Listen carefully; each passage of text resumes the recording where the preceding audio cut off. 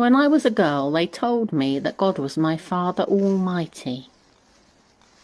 To be honest, if they told me God was my mother too, it wouldn't have made much of a difference. For the image I had of one was no better than the image of the other. The two together were, let's just say it wasn't good. It was the power that was problematic. For in the small container they created, the wire nest incubator of my childhood relational experiences, the only person who mattered, who really mattered, was my dad, and within that apparent truth began my annihilation. This was assisted in an environment of fear and an acceptance of male supremacy. If my dad said black was blue, it was. But the bruise on my arm looked green. The minister at the local church was female. Her image of God seems different to the one I knew. She spoke of grace and love and forgiveness, of softness, of compassion, in so many different colours. She spoke of someone I could run to. I looked at the picture of Christ with the children each Sunday at church. That was a long time ago. Now I sit in my mother God's arms. I know why I liked that picture so much. Love needed no power, just itself.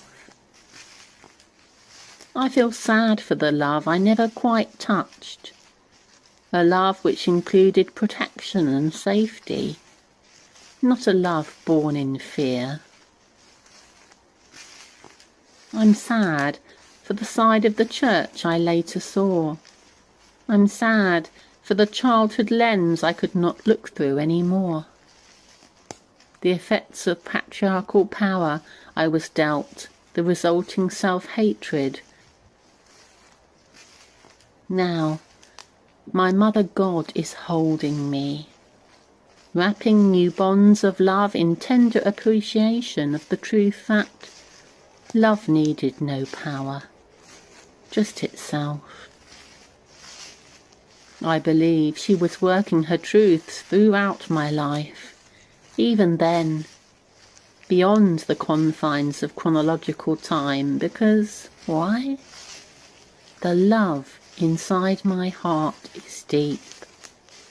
It's been woven there, I'm sure. It's been woven there before I knew it.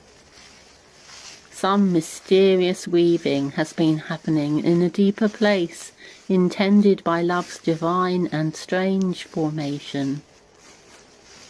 I've reached my arms deep down and pulled up from a tiny heap the girl I was. However, I thought I took myself away from the wire nest when I left home. I flew far away from the wired nest, feeling oddly less alone than I was before I left. I hate to say it, but nowhere's safe.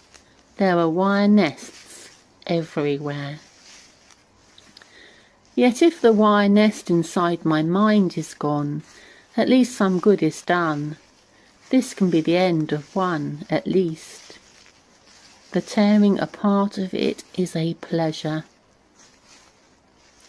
I'll put the egg of myself carefully into the warm compassion of my divine mother. Again and again, she is bigger than any rational mind. She is bigger than control, bigger than power itself. She is intuition, wisdom, not fear.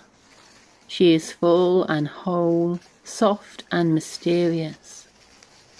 Holy, holy, holy is God Almighty, as mighty as faith, as the bosom of life, in which I lay my head and face the future.